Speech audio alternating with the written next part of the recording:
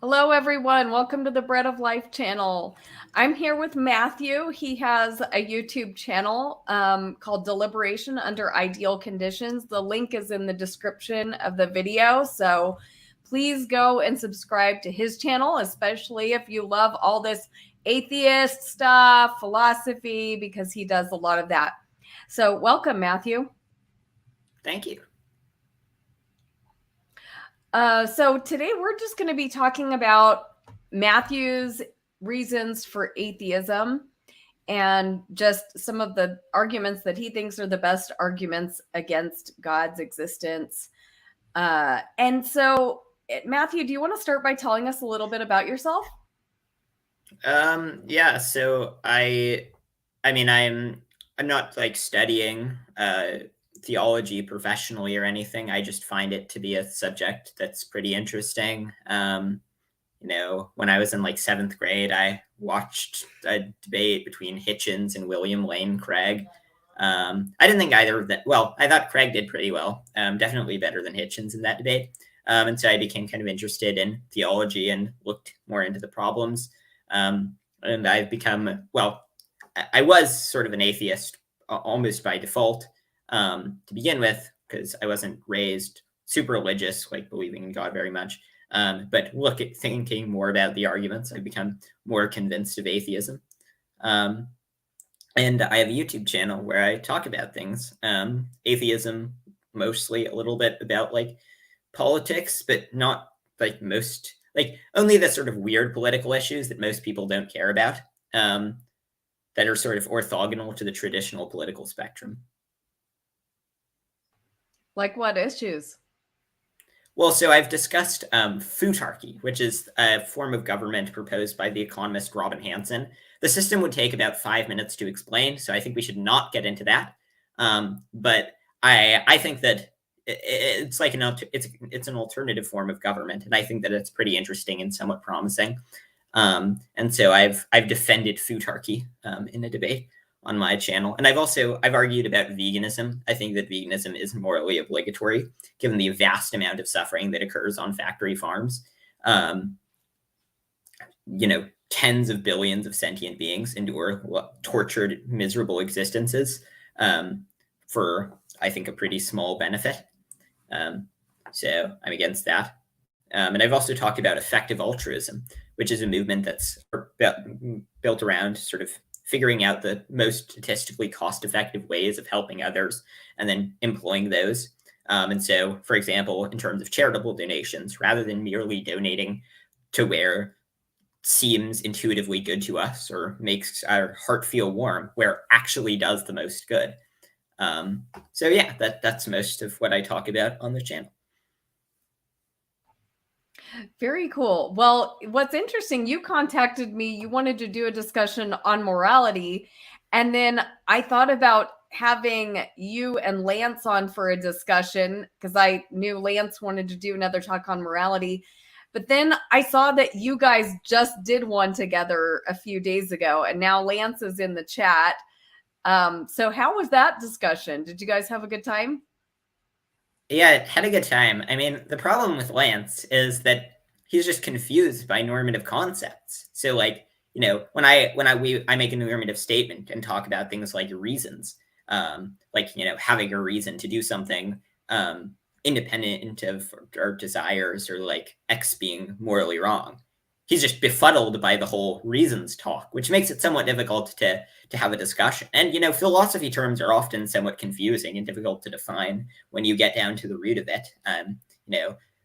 It's very difficult to define truth, because for any definition that you give, you can ask what the words in the definition mean, and so it's sort of infinitely regressive and a bit hard to have a conversation, a bit hard to sort of have a productive debate at that point.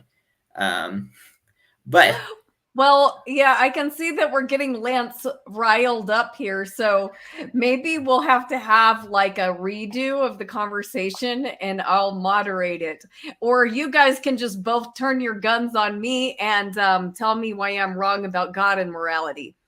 So, yeah, well, why don't we talk about your reasons for not believing in God?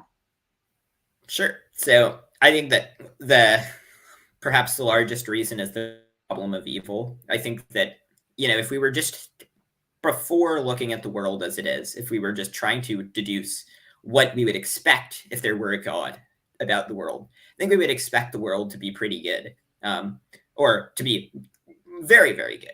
If you're a perfect being designing a world, then sort of the sky's the limit in terms of how good the world can be. And I think that if you look at the world, I think the world is, quite good. I'm a big fan of the world. But I mean, I can think of several ways, in fact, like hundreds of ways of making the world far better. And I'm not omniscient, right? So I think that, it would be surprising for there to be obvious improvements that that random people can come up with of how to make the world considerably better if God did exist, given that, much like if there was a perfect architect who was designing a house, you wouldn't expect sort of mediocre architects to be able to come up with hundreds of very simple improvements to how the house could be made. I think a similar thing is true of the world. And particularly, I think that we see vast amounts of evil in the world. Something like 19,000 children under the age of 5 die of preventable diseases every day. And I don't know why, that would exist if there were a God. Now, there are certain replies that theists can give, but I don't think any of them end up holding up very well. I don't think that the free will defense works in terms of explaining the presence of natural evil, given that, things like malaria, which result in large numbers of deaths, are not caused by any human free will. And so, I mean, I could run through all the explanations, but that doesn't seem very productive because there are so many. What causes you to believe that malaria couldn't be a result of human corruption? Well, because it predates humans. It was around during the time of the dinosaurs. Oh, well, now this could end up in going in an interesting direction. But, well, what about people like me who don't believe that, malaria, was around and, that there was such a thing as predating the dinosaurs for disease? Well, so I would have factual disagreements. I think that the evidence for an old Earth is quite good, and the evidence for dinosaurs, that they were around a long time ago, is quite good. Like via things like the fossil record. But also, so if you make the claim that, in the Garden of Eden, everything was hunky-dory, but then as a result of human actions, Adam eating from the tree, that's what brought all the bad things into the world. Well, then you have to explain why God set up a causal mechanism by which eating fruit from a tree would cause all the bad things to happen in the world. So you could very easily conceive a world where the effect of eating from the tree of the knowledge of good and evil, or the effect of that would just be to bring about a state of the world that's identical to the state of the world that we have today, except just no malaria. And that seems like a clear upgrade over the state of the world that we have today. So I have no idea why God would make it so that the precise, list of bad things that accompanied eating from the tree of the knowledge of good and evil, that all of those would be actualized as a result of eating from the tree. Well, is it possible that, because of the way God wanted to set up the world with free moral agents and that had real responsibility, that the things that have happened, the evil and suffering that we see in the world, are a consequence not just of free will, but of humans misusing power? Well, sure, but I don't think that there's any plausible explanation of how humans misusing power brought about malaria. Right? I mean, what do you think the explanation is for how humans being bad brought about malaria? Well, I think that God created, he created the world, he made it good, and he gave humanity responsibility to govern the earth and all the creatures in it.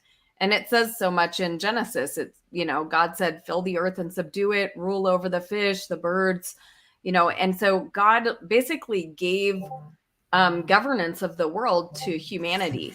And we were meant to be good and benevolent governors of the world, but we haven't been good and benevolent governors.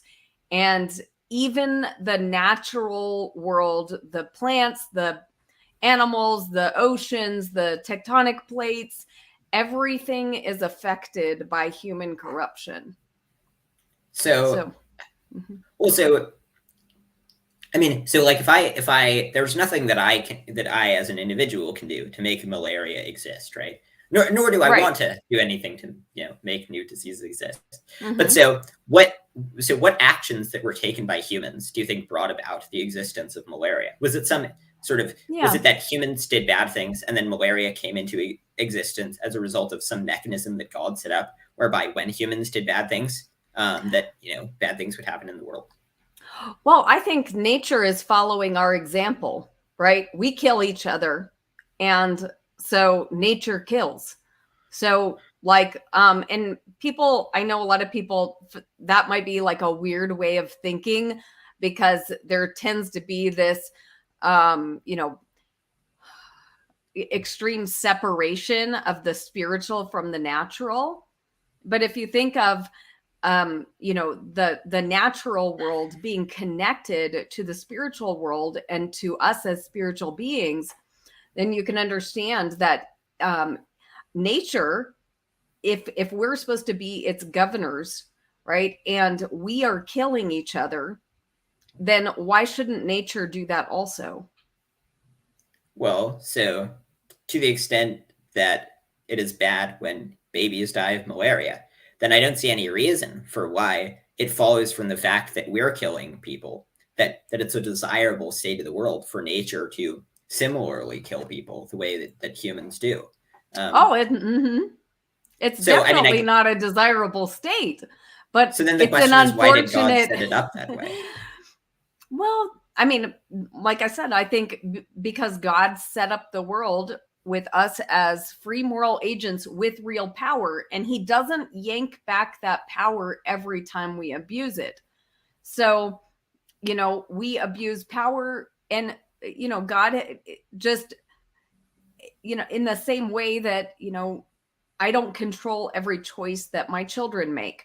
I set up their life, and I hope they will make good choices, but I don't hover over them and intervene every time they don't make a choice that I like or that I prefer or that I would call good.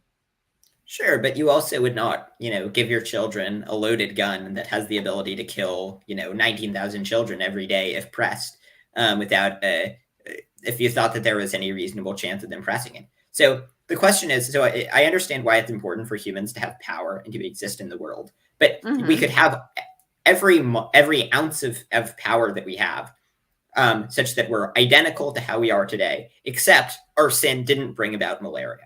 That seems like a state of the world that's certainly logically possible that God could bring about. And so the question is, why bring about, malaria is just one example, but why bring about the particular list of bad things and have that particular list of bad things accompany human sin? Well, it sounds like you think that God is directly causing things like malaria. And I don't see God as directly causing things like malaria. So, I mean, I don't hold God responsible for malaria.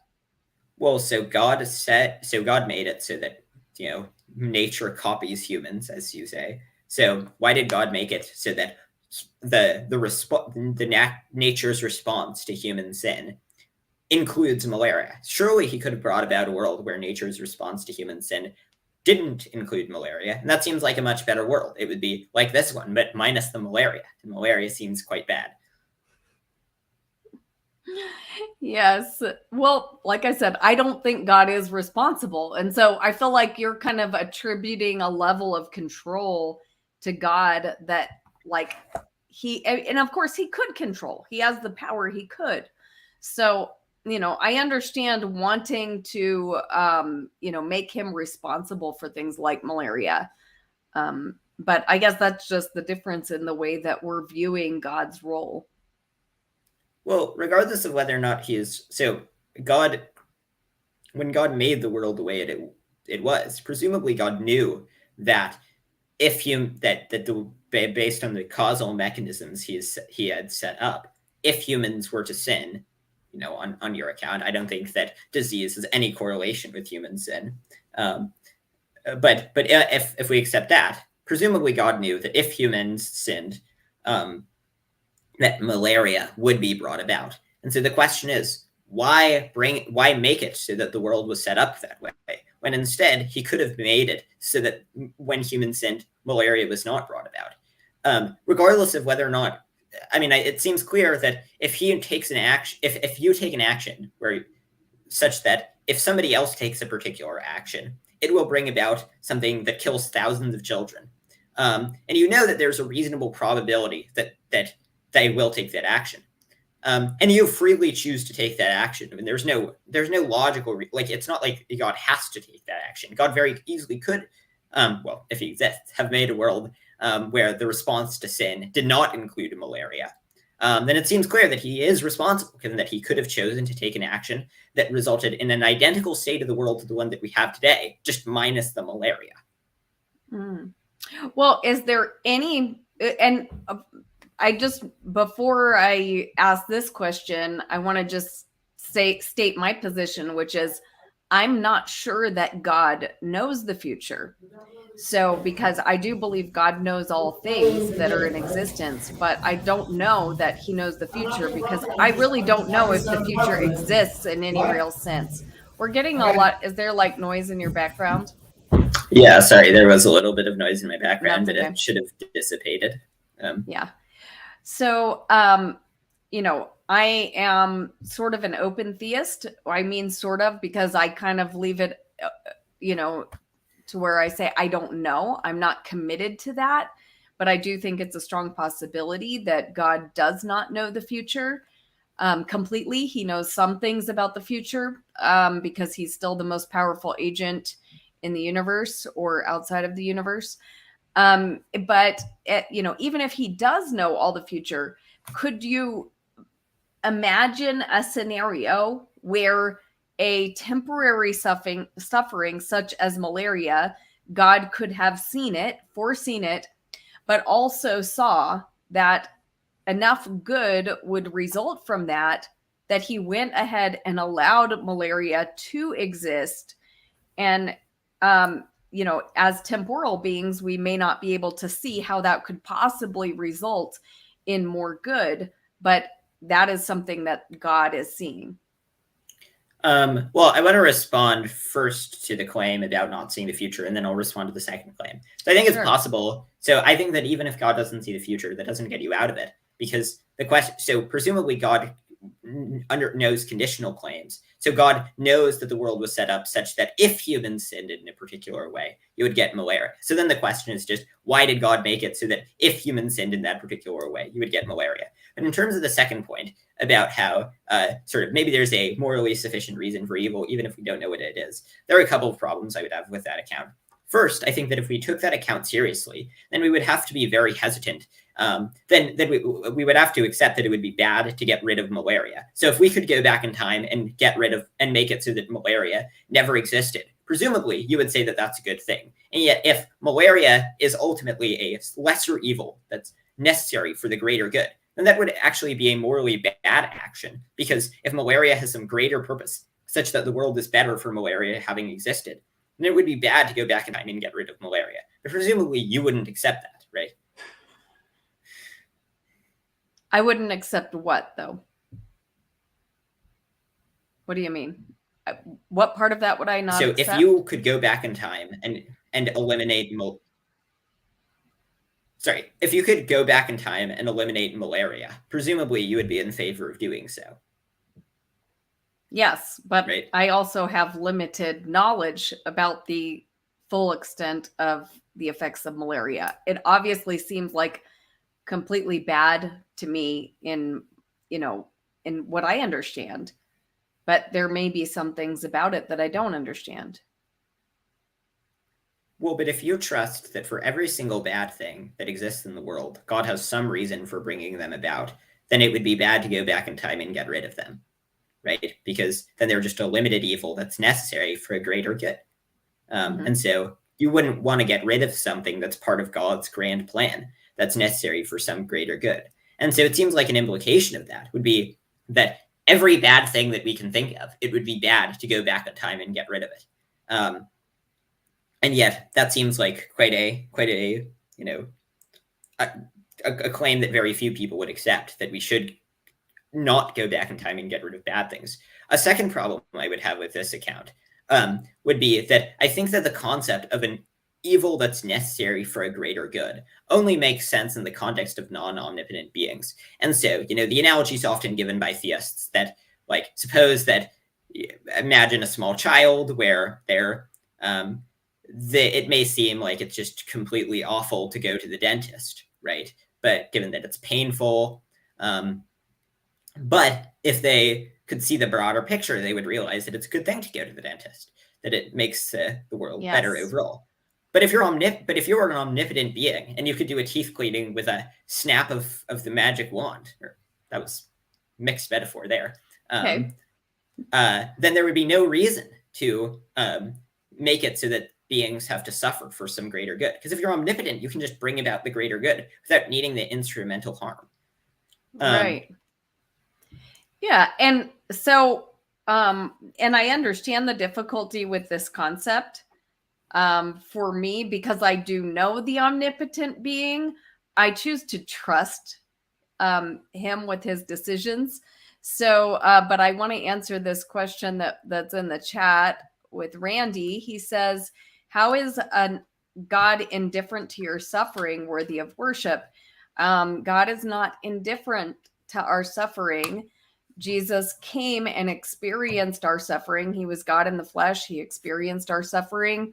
And, Jesus showed that, like, for example, when in John chapter 11, when he goes and his friend Lazarus has died and everybody's mourning and his sisters are crying, Jesus cries. He cries over Lazarus, even though he's getting ready to raise Lazarus from the dead. So even though Jesus he knew that there would be a good ending, he still cried in the moment while Lazarus was dead and everyone was mourning. So I don't think God is indifferent to our suffering. Do you want to talk about, we can, if you want to share any more on that topic, we can. But if you want to move on to another topic, we can. Yeah, so I have a few more objections to the maybe there's some morally sufficient reason for evil, but that we just don't know about argument. So a third argument is that I think that if we took this line of thought seriously, that we would be engulfed in almost total moral uncertainty about the world. So, when we see an earthquake happen that results in children suffocating under buildings, it seems clear that if any of us could prevent it, it would be a good thing to do to prevent that.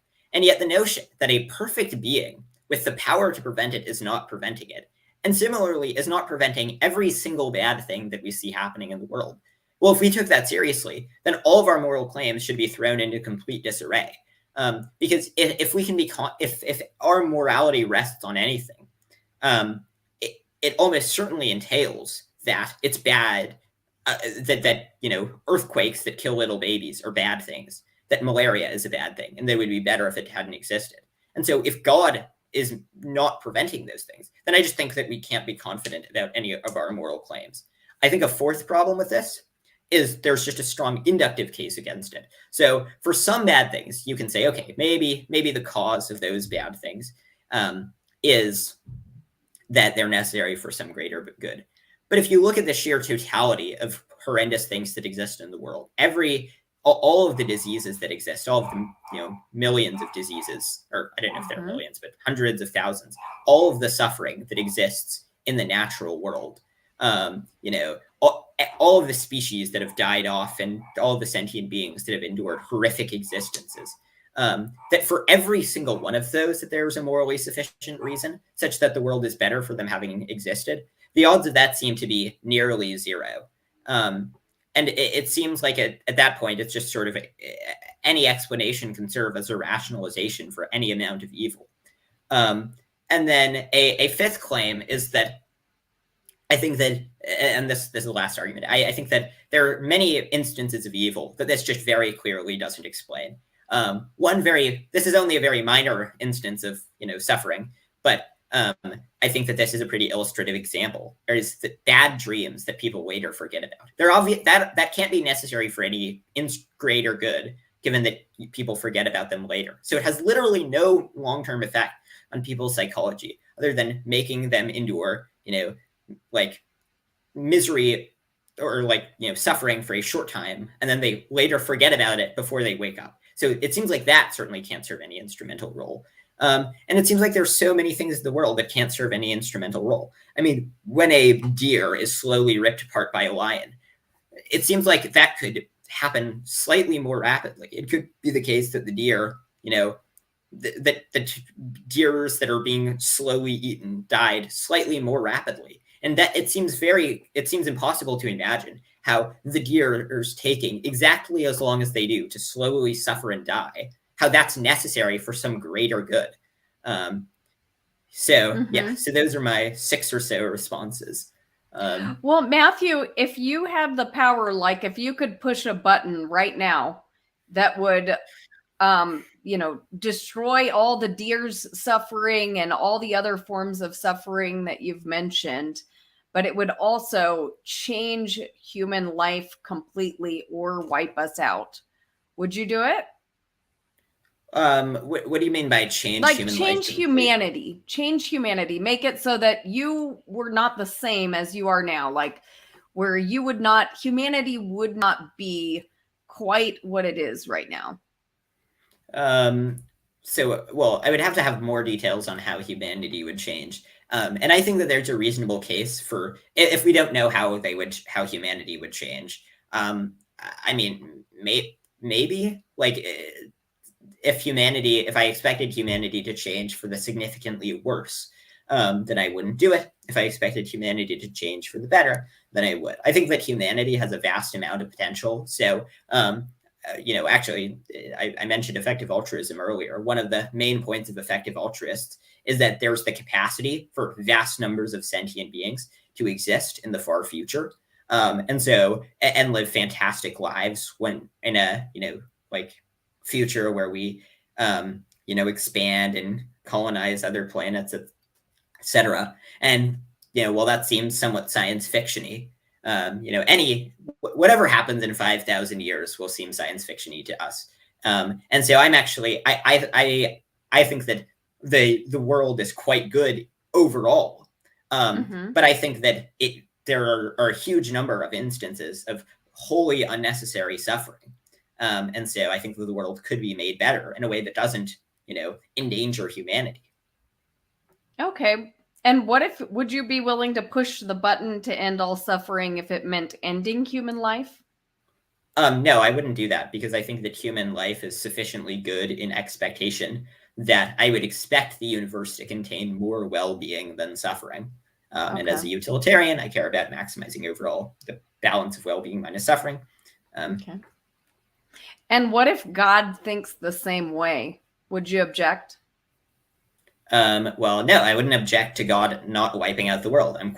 So I think that if God existed, you would expect God to make sentient beings, right, rather than wiping out the world. But what you wouldn't expect is for there to be such a vast quantity of misery that it's even in contention whether there's more suffering than well-being. I mean, if I knew that the world was going to end in 20 years and I had a choice of it ending today or in 20 years, I think I'd probably rather it end today, because I think that the amount of suffering in the short term is actually greater than the amount of well-being.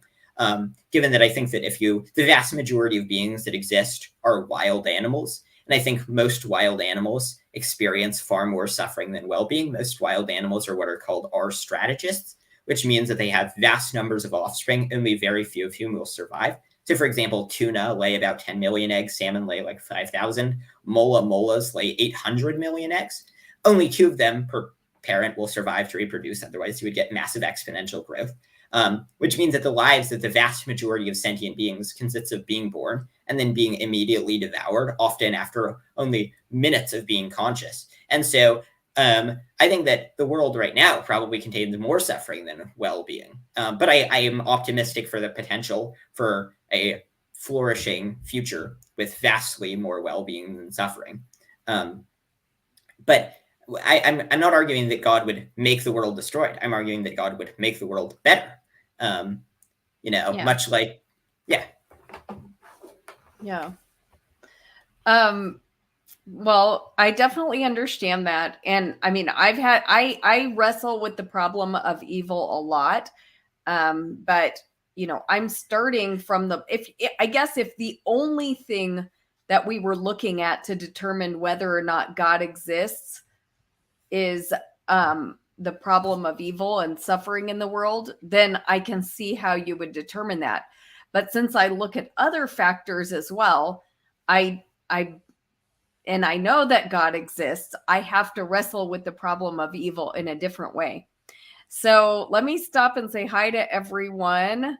Spartan Theology, Germania, our Iron Charioteer, Kim, Lance, of course, Russian name, Nidamos. Glad you guys are here. Thank you. Uncle Jesus, Jamie, Dave M. Dave is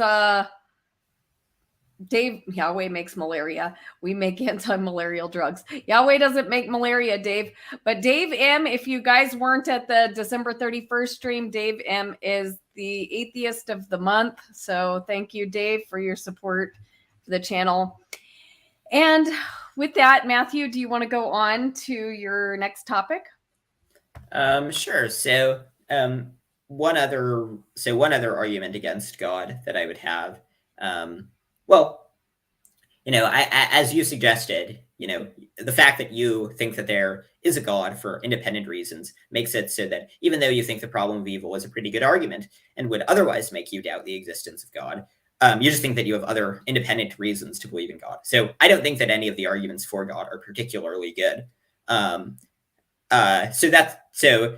that may not seem like an argument against God, to the extent that it's just sort of presupposed in a way that's ad hoc and we have no reason for it to suppose that God exists, then I think it's generally, unless it plays some explanatory role in the world, we have no reason to think that God in fact exists. So I'd be curious as to what some of the positive arguments for God that you would have would be. Well, to me, God's existence has always been obvious just from the created world, the design features that I see in organisms, my cat sitting on my lap with, all these systems that help it to function, reproduce, and see, hear, smell, taste. All of these things show me that God exists. So I know some people don't feel that way, but I don't know why. So I mean, I think that if we want to explain fine tuning, then I think that can be explained pretty well by multiverse theories. If there are multiple universes that can very effectively explain fine tuning, and you might say that that's somewhat ad hoc, but physicists have actually seen the need to invoke multiple worlds in order to explain certain physical phenomena. And I think that to the extent that sentient beings arising would be unlikely if there's only one universe, well then I think that raises the probability of there being a multiverse. And so I think that if a multiverse can explain everything, just as a multiverse combined with evolution by natural selection, in order to get intelligent life like your cat, can explain everything perfectly well that we're invoking God to explain. And I think that avoids the explanatory hurdle of, like the average cat kills, I think, 2 birds per day. So, sucks for the birds. So that avoids the explanatory hurdle of explaining why cats are made to kill so many birds, for example. Well, I don't think cats were made to kill birds. Genesis says that God specifically says to Adam and Eve, I'm giving you and all the animals green plants for food. So, cats were not originally created to eat birds. That's something that happened as a result of human corruption. But that kind of took me off my train of thought. Oh, you said that scientists are finding the need to invoke a multiverse. The question is, why do they find the need to invoke a multiverse, which seems highly improbable, kind of outlandish, right? And I think the reason that they're finding the need is because they have the need to avoid God. And so they're desperate to find another way to explain our existence and the fine-tuning of the universe. Well, no, they're not invoking it to explain fine-tuning. They're invoking it to explain the results of the double slit experiment and other experiments in quantum mechanics. So the simplest laws of quantum mechanics explain that would predict the evolution of a universal wave function that results in decoherence over time. So that results in the universe splitting over time into multiple things. If you just work out the math of the simplest laws that seem to govern quantum mechanics, they seem to just naturally predict the emergence of other worlds. And so they're not something that's presupposed, that's added as an addition to explain that they're supposing additionally, so that they can explain things that you need multiple worlds to explain. No, the many worlds interpretation of quantum mechanics is just getting rid of other stipulations that limit the number of worlds.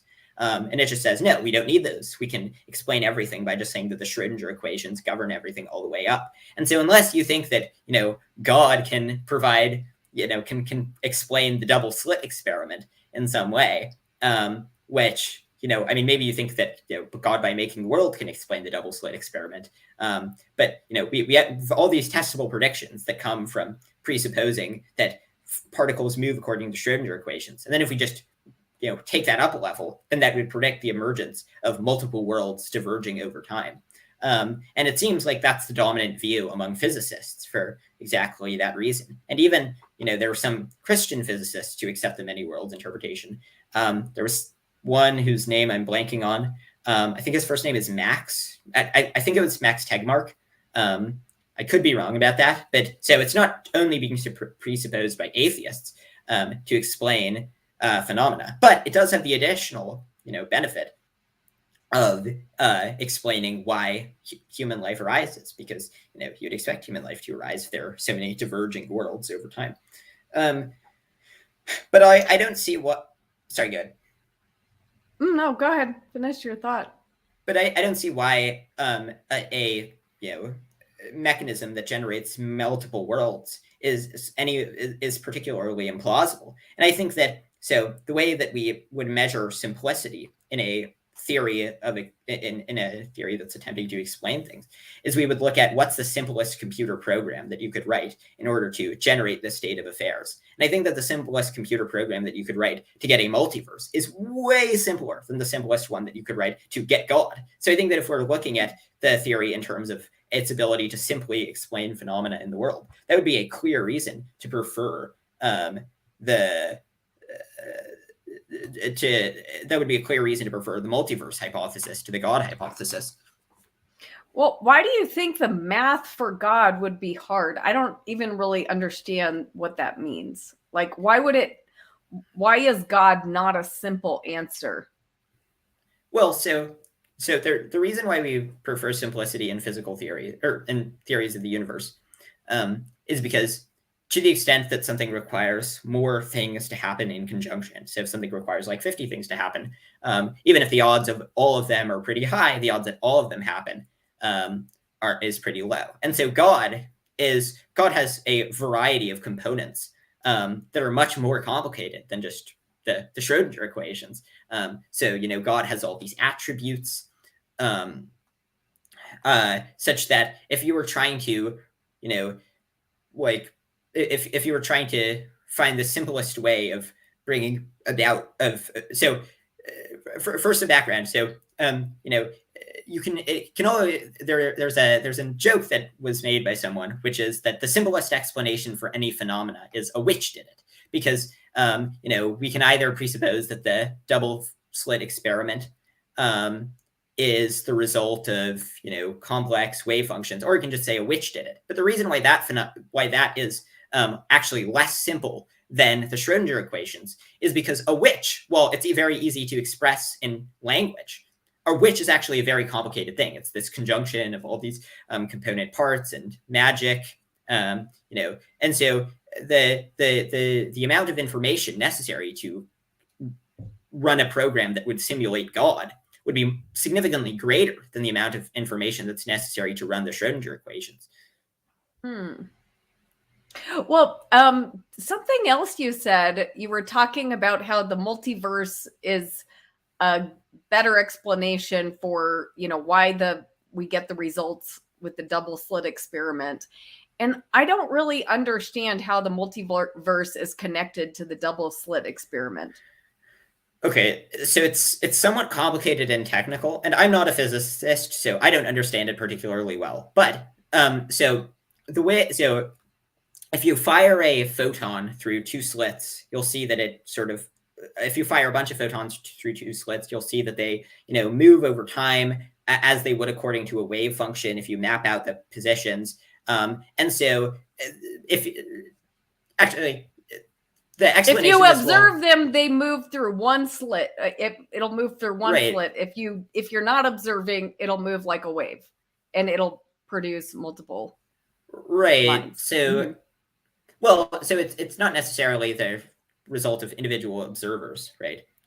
It doesn't have to be observed by a human. So if you put like a block in front of it, then it'll also move through just one and collapse to a particle. And so as a result, we write out this wave function that's able to explain the position, how the particles move, and it's able to form accurate predictions about how if you have two particles, how they'll interact. And those equations just naturally predict the existence of multiple worlds over time by the process of decoherence.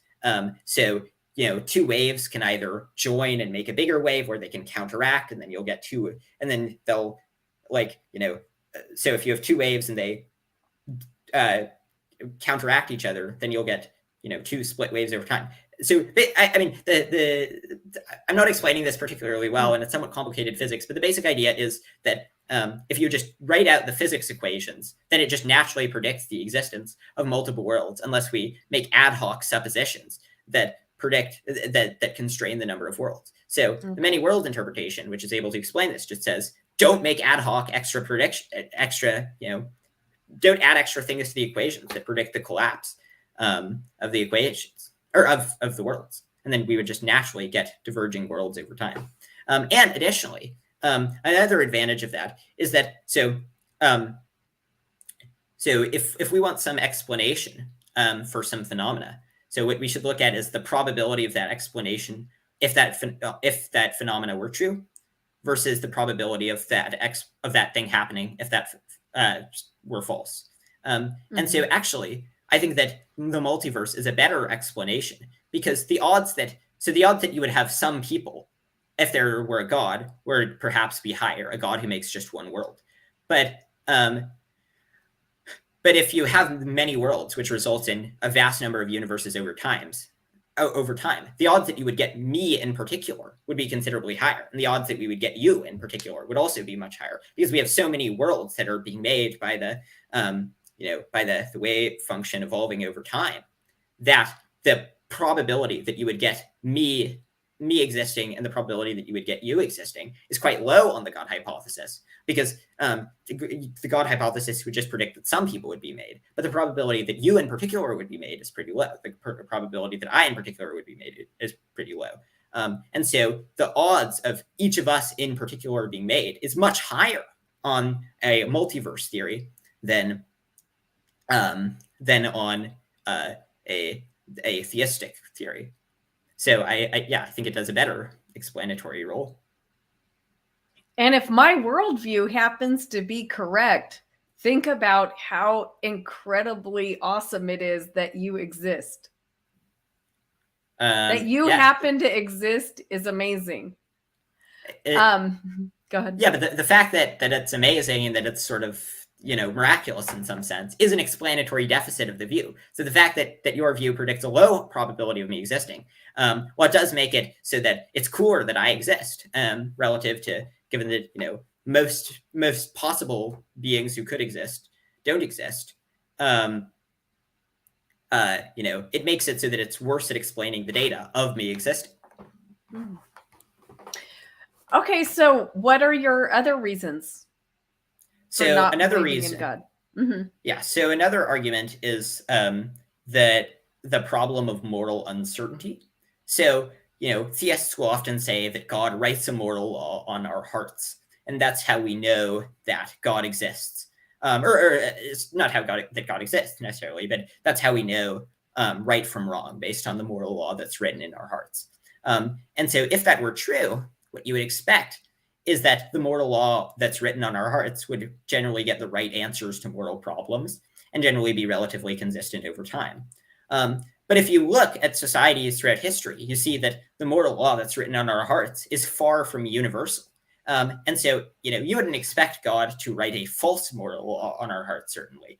But if you look at any philosophical problem, there's no consensus that people get merely by checking their hearts. Some people, the moral law written on many people's hearts say that they should flip the switch in the trolley problem. The moral law written on many other people's hearts say that they shouldn't flip the switch in the trolley problem. And so I think that, and if we look throughout human history, we see vast divergences in the moral views that people have had over time. And so the fact that there's so much moral uncertainty and that most moral suppositions seem to be wrong, given that just for any moral proposition that you believe, there are probably more people who don't believe that proposition than who do. So any moral proposition seems to be false. That seems to be very implausible on a theistic view. And yet that seems to be pretty easily explainable on an atheistic view, which says that the moral law that's written in our hearts, it is brought about by evolution. And so it's not God imprinting his law in our hearts. It's just that we have moral intuitions as a result of evolution. Okay. Well, would you agree that even if people sometimes don't live out what is actually their instinct for what is good, and sometimes they can have differences about what they think is good, would you generally agree that humans have an instinct to want what is they consider good, and that they get, discouraged, frustrated, sad, angry about the corruption in the world? Yeah, I would say that humans generally have a preference for what they think is morally good happening in the world. Sure.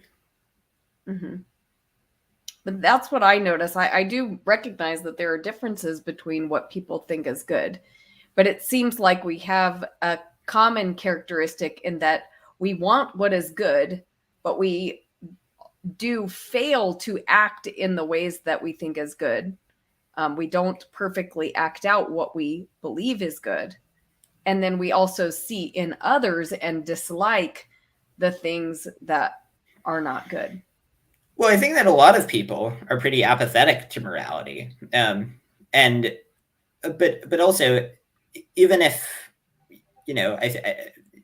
there are a lot of sociopaths who don't particularly, sociopaths don't necessarily have to be apathetic to morality, but there are a lot of people who just don't particularly care about morality.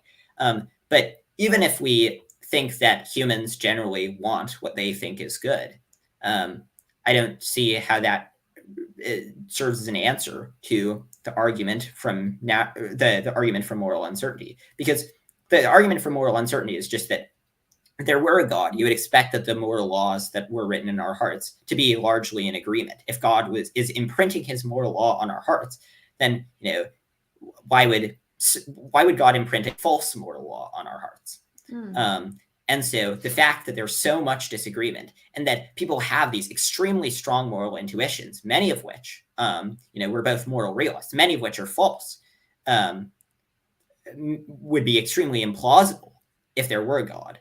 And yet I think it's explained perfectly well by atheism. Well, I don't know. I feel like when I look at the moral landscape I see that it matches up very much with my worldview, which is God created us good, but we have gone wrong. And so we still retain a level of goodness within us as image bearers of God, but we also have corruption. And, I see us kind of in a state of warfare against, evil beings, against the corruption within ourselves. And that matches up very well with what I see when I look at the world. Well, so I think that if you look at most moral dilemmas, that at most of the sort of problems in the world, most of them are not the problems caused by human malevolence. They're mostly problems caused by either nature or by human apathy. But even if that's true, that most problems are caused by human malevolence, I still didn't see how that's a response to the argument that just the moral law that was written on our hearts, you would expect it to be pretty consistent between people if there were a God who was writing it, who was imprinting it directly on our hearts. And so the fact that our moralities diverge so much is very good evidence against God. How do you think our morality has diverged? Like, what are you seeing as the great differences in morality between people? Like, if we exclude people who don't care about morality, because I agree with you that there's some people who don't care about morality. So I would just say those people are intentionally rebelling against the good. But if we're talking about people who do care about morality, and you're saying there's differences, such great differences, what are the great differences between what we understand as the good? On nearly any moral issue that people are still struggling with, you'll see good people who are on both sides of the issue. On abortion, you'll have good people who are pro-life. You'll also have good people who are pro-choice. On gay marriage, on the trolley problem, there are many good people who think you should flip the switch. There are many good people who think you shouldn't flip the switch. In terms of the repugnant conclusion, which is just another philosophy problem. Just for any philosophy problem that we can suppose, the answer is not universal, and it's not like the people who, it's not like in the case of the trolley problem, for example, that half of people are just apathetic to morality, and then the other half of people like really care about morality, and the people who care about morality want to flip the switch, and the people who don't want to flip the switch. It's the case on any moral issue. You'll have people with extremely strong moral convictions, but the moral convictions are in complete disagreement with each other. That seems extremely implausible if there were a God who was imprinting the moral law on our hearts. Right, but with the trolley problem, I don't think like anyone who cares about morality would probably agree that either direction with the trolley problem is not ideal, right? They would say like both scenarios are bad. Right? I think that both are bad to some degree, but I think that you should flip the switch, right? So I think that much like that. So while we would agree that it would be better if all 6 were saved, I have no idea if you would flip the switch, but I would have major disagreements with anyone who would say that we shouldn't flip the switch, regardless of whether we both agree about certain basic facts of the situation, namely that it would be great if everyone was saved. To the extent that we disagree about what we should do. And that societies throughout human history have disagreed about what we should do on nearly every moral question. That seems like quite good evidence that God is not printing his moral law directly on our hearts, that God doesn't allow us to just know morality directly by just thinking or by just sort of consulting what seems morally right to us. Because if God did let us know that way, then we would not all get different answers when we consult our hearts. Okay. Well, so far, Matthew, both of the arguments against God have kind of focused on what my husband calls giving God a 1-star review on Amazon argument, which is like, I don't like the way God did it. Like, I don't like the way he set it up. I don't like if there is a God, he wouldn't have done it this way. He wouldn't have done it that way. And so I don't find those arguments very convincing. But do you have other arguments against God? Well, so with any, if something's trying to explain if for any hypothesis that we're evaluating, what we'll do is we'll look at the things that we would expect if the hypotheses were true, and we'll see if that seems to match up with the state of the world. And then we would look at the things that we would expect if that hypothesis were false and see if that better matches up with the state of the world. So I think if you look at virtually any phenomena in the world, we see that they better match the atheistic hypothesis than the theistic hypothesis. And so I think that it's perfectly reasonable to ask, okay, if there were a God, would we expect there to be so much evil? No. So then evil is a pretty good argument against God. Would we expect there to be so much moral uncertainty? No. So then moral uncertainty is a good argument against God. I think that seems to be sort of any type of inductive argument that we would make to any degree when coming to conclusions about anything. I think another argument against God was sort of the one I raised, that just the prior probability of God should be lower, given that God is a less simple hypothesis, given that the amount of information that would be necessary to simulate God is greater than the amount that would be necessary to simulate an atheist worldview. There's more arguments that I could present. So one additional argument is I don't know what your conception of hell is, but do you believe that beings that people who don't embrace Jesus will go to hell, even if they're pretty morally upstanding people? Well, I don't believe that hell is a place where people are tortured forever. I think hell is a bad translation in the Bible. And really, the contrast is life versus death. God is offering eternal life to anyone who wants to receive it. And, if you don't, you already know where you're heading, and that is death. Okay. I would have fewer objections to that view of morality. But I guess one question is, it's not that I know that God exists, but then actively reject God. It's that I truly, and I think I speak for nearly all atheists, I don't think that there is a God. I think that it's very unlikely that there is God, and so it seems strange for God to offer an eternal reward to sort of make people not receive his eternal reward as a result of thought crimes, as a result purely of the things that they believe. And so if there were a God, why wouldn't God make his existence obvious to us? Well, and that's where maybe you and the other atheists will be mad at me, but I do think his existence has been made obvious to us. Now, I know there are people who disagree. Kim is going to be really mad at me for saying that right now, and so are some of the other people in the chat. But I do believe God's existence is obvious. So we're starting at a different, we have a different starting point. Well, do you think that God, do you think that God's existence is obvious to me? No. So, it seems like, as people get more intelligent, if anything, they become less theistic.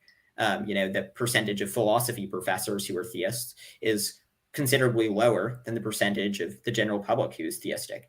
And so, I'm perfectly willing to accept that for many people, the existence of God just seems like an obvious truth.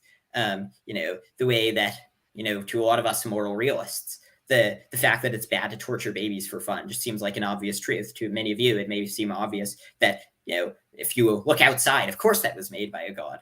But I don't know why God would selectively deprive many people of eternal rewards.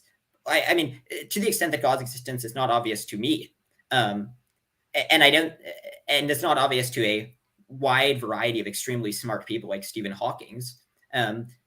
It seems like God should make it more obvious if Stephen Hawking is missing out on it, if Graham Oppie is missing out on it, and if most people in the world are missing out on believing in your God. If most people don't believe a proposition, it's hard to say that proposition is particularly obvious. Well, could be a variety of reasons why God's existence is not obvious. And, I don't know what's going on in your mind and heart and why God is not obvious to you. But I definitely, though, know that some people have expressed, that they don't want God. Even if God does exist, they don't want to know him. And so really, there's I think that's one reason that God is not obvious to all people, is because God actually leaves people alone when they don't want to know him. So but for people who say, hey, I would want to know if God exists, then that gets a little more complicated, and I don't know that I have all the answers to that. And as I predicted, Kim is mad. Don't say it's obvious to anyone. Well, guys, I still don't look. I'm trying to understand you, okay? So, Matthew, I mean, I don't know why God is not obvious to you. But I mean, if there is a God, would you want to know? Yeah. That sounded not very convincing. You're like, oh, well, yeah. Like, I mean, may have been a bad internet connection or something, but no, I would be perfectly happy to know that God exists. And actually, for any God, if we stipulate that God is perfect, I would want that God to exist, right? Because if the God is morally perfect, then it would be great that it exists. But I think that, if for on many Christians' conception of God, I would rather that God, that based on my knowledge today, that I would rather that God, absent stipulating that it's perfect and that if I knew more things, I would be perfectly on board with God's plan. For most Christians, I would rather that their God didn't exist, to the extent that they're going to burn the vast majority of people forever. But your God, to the extent that God's just going to wipe out most people, but then grant eternal, excellent life to many people. I would rather that your God did exist, actually. And I would also rather, that the God that, most Jews believe in existed.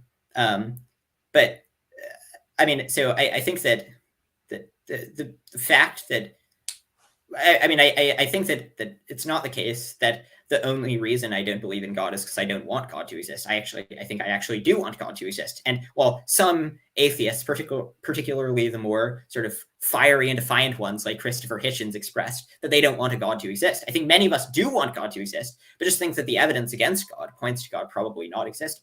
In terms of the reason why I think that it is not the case that it's obvious that God doesn't exist, I don't think that God does a particularly good job explaining most phenomena in the world. And I think that there are a huge number of phenomena which the God hypothesis is fully unable to explain, including the problem of evil, including the problem of divine hiddenness, proving the problem of moral uncertainty. And so, I think that it's rare that the true theory has like literally hundreds of things that it can't explain. And so I just think that if we consider overall the arguments for and against God, they pretty overwhelmingly point to the conclusion that God doesn't exist. And yeah, I mean, I maybe, to some people, just the fact that there is existence makes it obvious that there's a God in some inarticulable way. But, if God doesn't exist, why not make it obvious to everyone in that inarticulable way that the fact of existence necessarily points to a God? Because it's not at all obvious to me. I think that we can explain existence perfectly well without supposing that there is a God. Yeah, well, I would like to offer one possible reason that you and maybe others, God's existence is not obvious. And that is that, the world is a war zone. It's a spiritual war zone. And there are beings that don't want you to know that God exists. And a lot of people have been deceived in various ways by those beings and even by themselves. And I'm not saying that you want, to remain in sin, but some people do. They don't want to leave their sin. So that is one reason for deception. But another reason is that, these spiritual beings do lie to people about things. And so I think a lot of people have been deceived. A lot of people have been deceived by other humans. A lot of people have been deceived into believing that evolution is true. And so I think that one is a very big reason that a lot of people don't believe in God, because if you've been taught that we have an explanation of how all this came about by natural processes, then it's very easy to not be able to see the work of the creator. So those are just I would say those are some of the reasons that people have a hard time seeing God's existence. Well, even if I didn't believe in evolution, I would still not believe in God. I might believe in some amorphous deistic entity, but I think that evolution is that evidence for evolution is quite strong. So we could talk about why you think evolution is false, because I think that that evolution, we would if the world is old, we would just predict evolution naturally over time, given that, well, we see that over in a small amount of time, you get small amounts of changes. And so just if we extrapolate that trend over a large amount of time, you get very large amount of changes. And you get changes where beings are no longer able to reproduce with each other. And we've already seen that in a laboratory. So we've had flies that we've, have thousands of generations, such that after that process, they can no longer reproduce. And so if you, start with a simple thing and then you make enough changes to it, and it's no longer, and then those changes include it no longer being able to reproduce with the offspring from which it diverged, millions of years ago, let's say. I think that you would just naturally predict getting speciation over time. And I think that the evidence for an old Earth is also quite strong. So, if we predict starlight travels at we can talk about the evidence for an old Earth, but do you agree that if there were an old Earth, that you would get evolution over time? No, I don't. So why not? I don't think that the mechanisms that are proposed for evolutionary development actually work to produce new organs, new functions, new systems within life. I mean, if you consider the incredible amount of, complex inner workings in every creature and down to the cellular level, it is absolutely astounding. And we don't see this direction of things. This is, this is not something we observe. Yes, we observe changes in organisms over time, but we don't observe organisms getting new organs or, developing a complex mechanism. And the excuse that's given is, well, we can't see that because it happens over millions of years. Well, that is a story that people have chosen to believe. I don't believe that story. I don't think that story is plausible at all. And so I expect, scientific theories to produce scientific evidence. And I know that you and many others believe that the scientific evidence for evolution is so great. And that's because you've been taught that since you were a very small child and you believed it. And I don't believe the evidence is actually with you.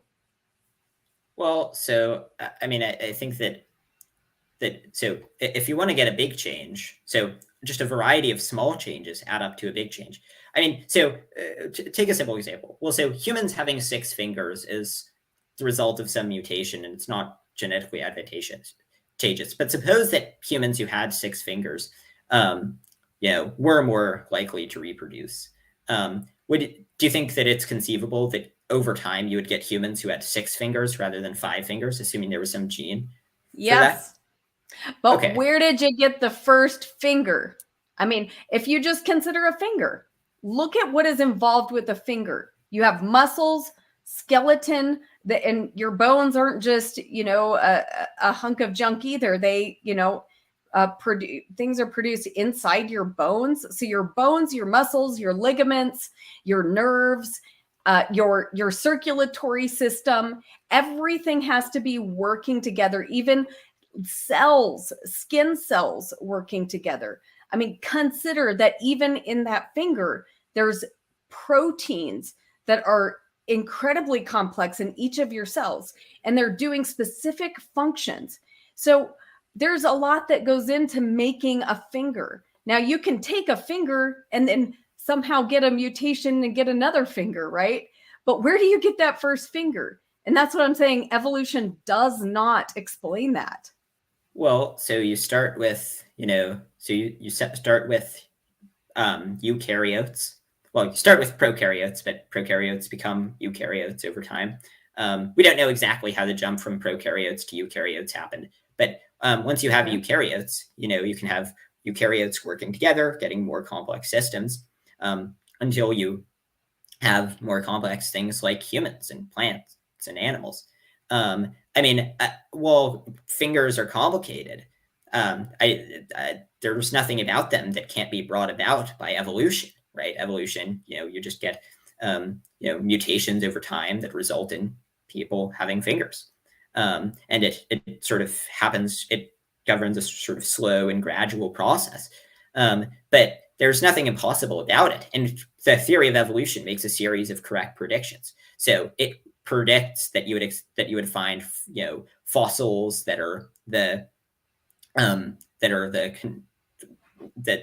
show sort of this transition from like reptiles to birds, for example. And then we make that prediction, and we would expect that if there were evolution, that reptiles evolved into birds.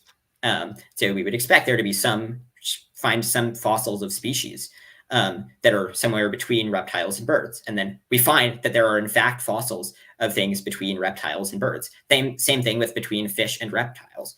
And so evolution is able to make a huge number of correct predictions, which means that even if the mechanism seems somewhat confusing, which, well, I didn't find the mechanism particularly confusing, but even if it seems somewhat confusing, the fact that it's able to make correct predictions is quite good evidence. And it's able to make a huge number of correct predictions. Another piece of evidence for evolution is that, if you sort of look at people's DNA, you see that it's sort of more in common with their more close relatives,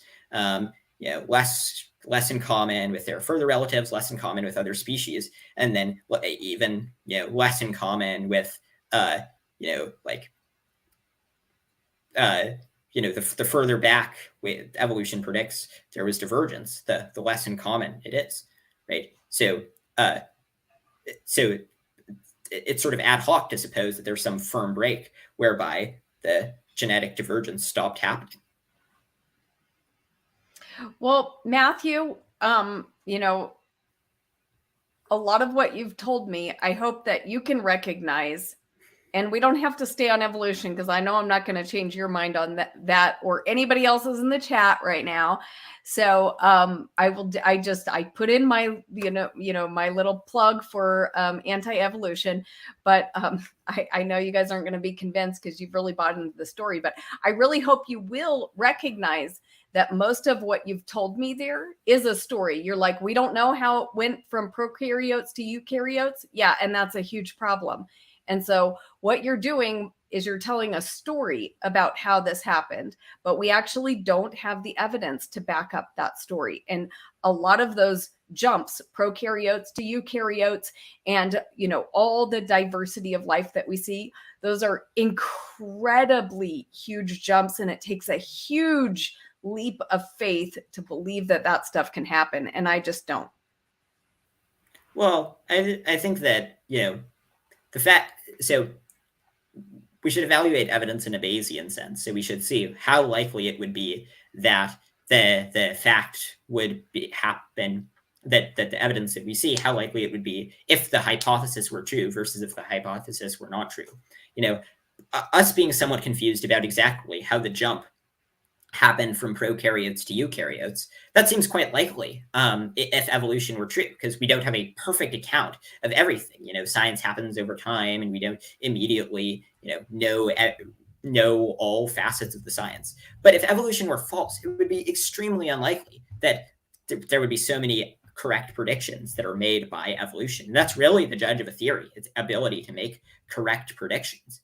One question that I would just have for you is, it seems like the overwhelming majority of evolutionary biologists, something like over 96%, I think, I could be slightly wrong about the numbers, but believe in evolution, including the overwhelming majority of Christian ones. So why would it, if the evidence for it were so weak, why would it be enough to convince the overwhelming majority of Christians who have studied the issue? Well, a lot of money has been put into teaching kids evolution from a very young age. So I would say that's a big reason. Most people, by the time they've even begun college studies, have been very well indoctrinated into the whole story. So Well, that's my why? answer. I mean, why do you think so many scientists were so on board with it, such that even Christian scientists considered it a sufficiently obvious fact that it was worth including in the textbooks, much like the way we would include, Newton's laws of motions in physics textbooks. We would include theory of evolution in biology textbooks. Yeah, well, that is a great mystery, but I do think it has a lot to do with a big push in academia, with philosophical naturalism and absolute determination to explain things by natural processes. So even when the evidence was against evolution, and it still is today, um, you know, they need the need is there to come up with a natural explanation for things. But qualified biologists look at the evidence. They don't go just based on what they were told, in their 10th grade textbook. And so why would, even after looking at the evidence, people only become more convinced of evolution? Well, Matthew, that's because we have entire fields like evolutionary biology that are built on the assumption that evolution happened. Even when I read peer-reviewed scientific papers, they begin with the assumption that evolution happened. And even if their findings show the difficulty and the challenges of whatever they are studying, they still come back to this, but we know it happened. We don't know how it happened, but we know it happened. And so I think, that's one of the big issues. Well, The I mean, assumption I think that it's true. Mm-hmm. Well, but I don't think that people just blatantly assume it. I think that they're shown the evidence, which is why if the people who are the most convinced of it are people who have studied the issue, are evolutionary biologists who overwhelmingly believe it. I mean, there are certain fields like metaethics, right, where they're largely about studying moral phenomena, moral issues. And a lot of people just think that, moral realism is complete nonsense. So the field of metaethics is sort of, groping at a non-existent concept. But despite that, we see a lot of people in metaethics who are convinced of moral realism. We also see a lot of people who are not convinced. So the fact that some field is about studying a particular phenomena doesn't mean that every person in that field automatically believes that the phenomena is real. It seems like they only believe it when there's very good evidence. And it seems So like you're for saying evolution, there is quite good evidence. We're able to make a variety of correct predictions from the theory of evolution, which is why. So you're saying people who choose to go into the field of evolutionary biology might not believe it when they start? I think it's possible that some don't believe it, and I think that they become increasingly confident over time. And it's incredibly difficult to pull the wool over the eyes of 96% of people who have studied an issue. Okay, well, I disagree, but we can leave it at that. But I want to ask you, have you read any of the, books by those who believe in intelligent design, like Mikey and Stephen Meyer? I have not read the books by them. I have watched debates about whether or not evolution is true. But, I mean, the issue is, I think, sufficiently settled based on the evidence that I would be similarly reluctant. I would, I don't have any strong aversion to reading it, but much like I would be unlikely to read books arguing for the theory of ether to explain the movement.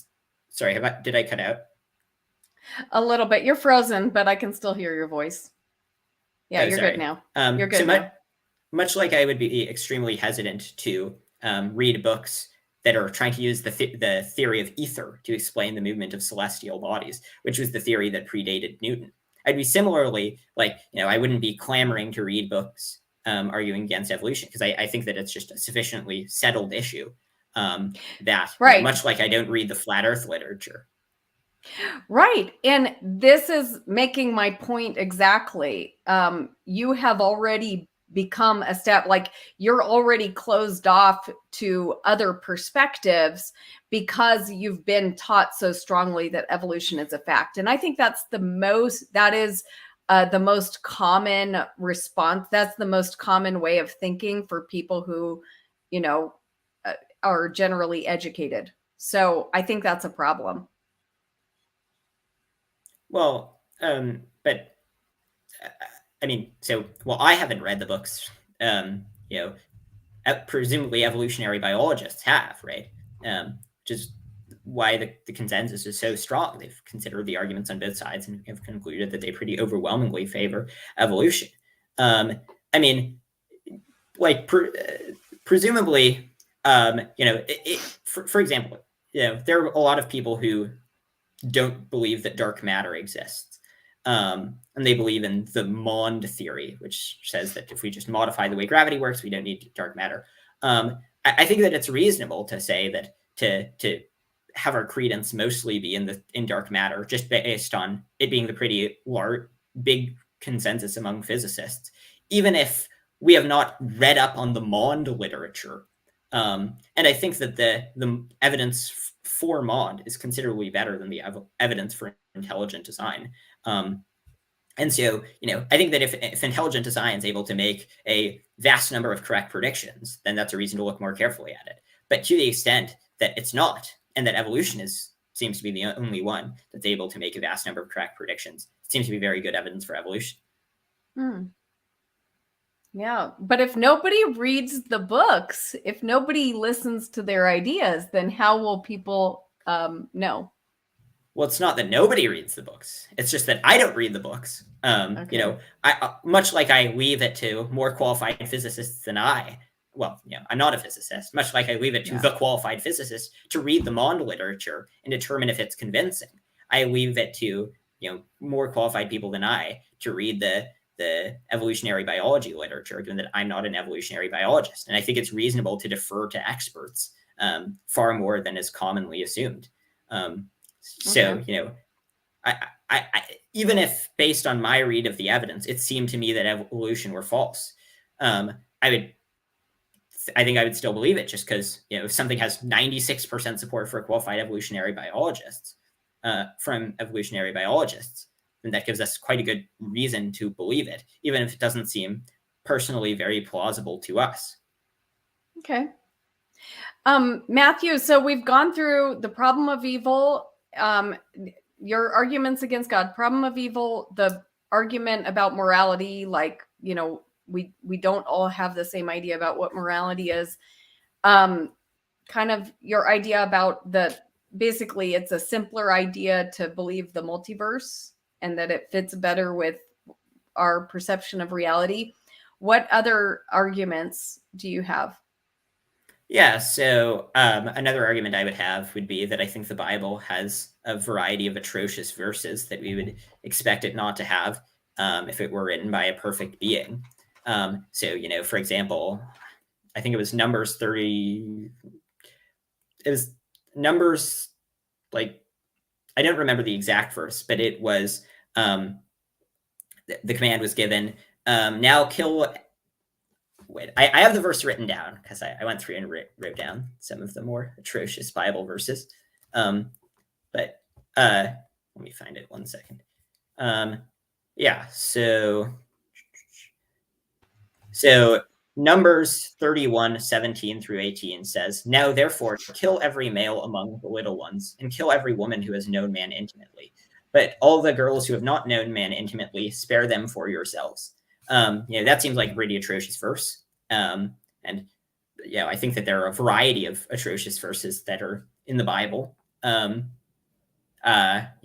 Job 2:3, it says, "The Lord said to Satan, 'Have you considered my servant Job? There is no one like him on earth, a blameless and upright man who fears God and turns away from evil. He still persists in his integrity, although you incited me against him to destroy him for no reason.'" So in this case, God is literally admitting that he has no reason for bringing about Job's misery. That it's not for some greater purpose. It's just for no reason. In Noah's flood, God drowns babies. That seems quite bad. I think most plausible moral principles condemn drowning babies. And so I think that the horrors that are in the Bible provide good evidence that it's not written by a perfect being. If it were written by a perfect being, I think you would expect it to contain important moral insights. So rather than giving injunctions on exactly how people should treat their slaves, it would say things like, you shouldn't own slaves. And it would perhaps contain important scientific truths like the germ theory of disease, which if that were in the Bible, that would have saved millions of lives. Rather than, just having sort of a variety of pretty atrocious injunctions that seem to be the byproduct of pretty barbaric ideas from the Stone Age. Okay, so this is more of an argument against the specific God of the Bible rather than just God in general. Yeah. Okay. Have you read the Bible? I read the Old Testament. I have not read the New Testament. I should get around to doing it at some point. Wow, you read the whole Old Testament? Yeah. I didn't read it all in one sitting, but I have over time read, I think, all parts of the Old Testament. Cool. My family is Jewish, and so when I was younger, every night around like when we were for Shabbat dinner, we would discuss the parsha of the week, and I also read, I think all of them. Though I could be wrong. Maybe there are a few that I didn't read, but I've certainly discussed like all of the parsha, the Old Testament. Okay, and so how do your parents think about those verses that you brought up in Job and Numbers? Well, my parents aren't super big on theism. My dad's pretty agnostic, and my mother is, I think, like pretty much an atheist. Both of them think that, well, my dad in particular thinks that religion has extremely important insights about how to live a good life. I disagree generally. I don't think it has particularly good insights on how to live an important life, but he doesn't think that, he doesn't think super strongly that God exists. So he's willing to just rationalize those away as, it's a living, breathing, well, what people say about the Constitution, it's a living, breathing document. And, there are some bad things that it says, but there's some deep wisdom that we can gain from studying it. Okay. Wow. Well, thanks for sharing your thoughts on that. Any other arguments, or do you want to discuss any of the ones that you brought up? Well, I'd be interested in discussing some of the arguments in favor of God.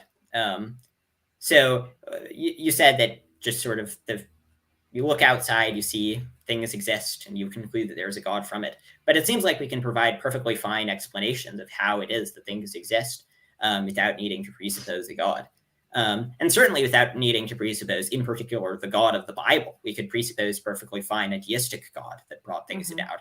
And that perfectly explains and everything that it seems like your God can explain. And it avoids all of the problems, like the problem of evil, the problem of divine hiddenness, etc. So I guess two questions. One would be, what reason do you have to believe in God? And the other would be, well, actually, the first question would be, what reason do you have to believe in your particular God instead of some amorphous deistic entity? Yeah. Well, I believe in my God because I believe the Bible. Why do you believe the Bible? I have a whole video on this that kind of summarizes it neatly. I'll try to do that. I would say because the words of the Bible have touched me more deeply than any other literature, that the story, I believe the story when I read it. It sounds true. It has the best explanation of reality. Like for what I see around me in the world, the Bible answers why I see what I see, and it answers the big questions of life, why I'm here, who God is. I experience God through the Bible. And, I experience the God of the Bible. I experience him in my daily life. And in particular, the part of the story that's very compelling to me is that God became flesh. He saw our suffering. He didn't stand apathetic to our suffering. He came and he suffered, and he saved us from corruption. He saved us from the evil that we so much hate. And he gives us eternal life. So I find Jesus to be quite compelling. And when I read Jesus's words, they don't sound like words that are created by a normal human being or spoken by a normal human being. And so I see the grace and the love in Jesus Christ that people long for, that I long for, and he gives me a satisfying answer to why I exist. Well, okay, so I mean, there was quite a bit there. In terms of the personal experience. So I think I'm perfectly willing to grant that you had a personal experience that you attributed to God, but a variety of people have personal experiences that they attribute to the God of the Jewish Bible, or to Allah, yes, or to any of a huge number of deities that existed throughout history. So, and so I think that personal experience shouldn't be a particularly good piece of evidence, given that personal experience is not consistent between people. And if you have a personal experience with Jesus, another person has personal experience with Allah, how do we resolve which of you is right, beyond just you saying you're right and them saying they're right? Matthew, I absolutely love this question, because it gives me an opportunity to promote my book, because I actually wrote a book on this topic. So my book is Bridges of Love and Understanding: How to Bring the Message of Jesus to Muslims and everyone else too. And so I am tackling this exact topic because I do think it's a mistake to dismiss experiences that people have in other religions and to say, no, those are not true. It looks like you're distracted. Is something disturbing you? Oh, no, sorry. That's okay. I was not distracted. But, I spent 10 years living around Muslims, and I love my Muslim friends. I believe their experiences with God. I believe they're experiencing the same God that I'm experiencing. They have some wrong information about Jesus. And so, I want them to have the right information about Jesus. But I do believe that God honors their desire and to know him and their devotion to him. And he reveals himself. The creator reveals himself to all who seek him. So I definitely accept Jewish experiences, Muslim experiences as being from the same God. I haven't spent a lot of time around Hindu people, but I have talked to maybe 20 or so Hindu people about their experiences. I believe some of them have experienced the true God. I believe that some of them are experiencing the work of, evil spiritual beings when they're worshiping gods. So, but I really don't have I don't have the same type of experience with Hindu religion as I do with Muslims. So I can speak much more confidently about my experiences with Muslims. And so I think God is revealing himself to the whole world. And he does that for people who are seeking him. And he doesn't wait until people have all the correct information about him before he reveals himself. Well, I mean, so in terms of the point about how God reveals himself to all who seek it, I think that is, I mean, I think I know firsthand that that's false, right? I've sought God, and that I've tried to determine if God exists, and God has not at any point revealed himself to me.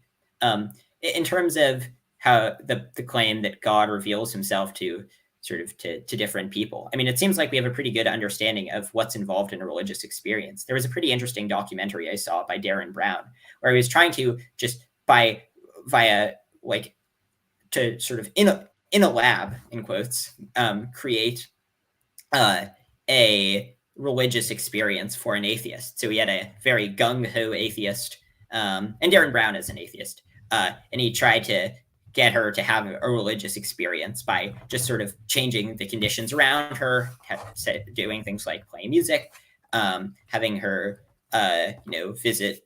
I don't remember the exact details, but it seems like to the extent that we have a perfectly adequate scientific explanation of how religious experiences come about, we don't need to presuppose that a supernatural entity is the cause of all these religious experiences. And if there were a supernatural entity that was the cause of all these religious experiences, why is the supernatural entity popping around claiming to be different gods depending on who they're talking to? Why, when they reveal themselves to some people, do they claim to be the god of Islam? When they reveal themselves to other people, do they claim to be the god of Judaism? When they reveal themselves to a third set of people, claim to be the deities worshipped by Hinduism? And when a fourth set of people, they claim to be the deities that are worshipped by Christians.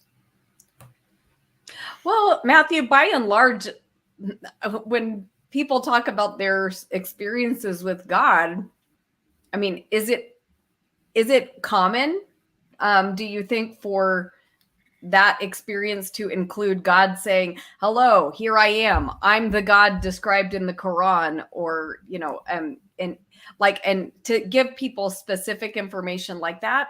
Or are people's experiences, a little bit different? And so I've experienced that when I talk to people about their stories, occasionally Jesus does appear to people, but often people have experience with God's protection, with his love, and it's not always this specific thing of like God announcing correct doctrine. Well, so to the extent that God reveals himself to Muslims, and that they come away believing that Allah, well, one, I think that many people report that they had a religious experience with a particular God. So people will report that Allah came to them and proclaimed that he was Allah rather than Jesus. People will proclaim that Jesus spoke to them. But to the extent that God is popping around to people, giving them all these religious experiences, but then based on the culture that people were raised in, people are coming away believing in the wrong God, and then they don't get granted eternal life. That seems like a failure on God's part. Why?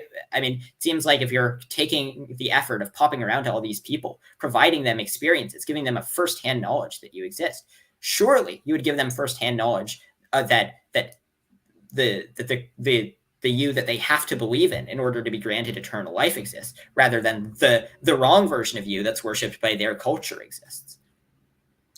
Well, I think that's a very narrow way of thinking, because what if God's purpose is to show the people that they are loved so they can encounter who he is, his love for them, who he is in his love, and his love for them personally.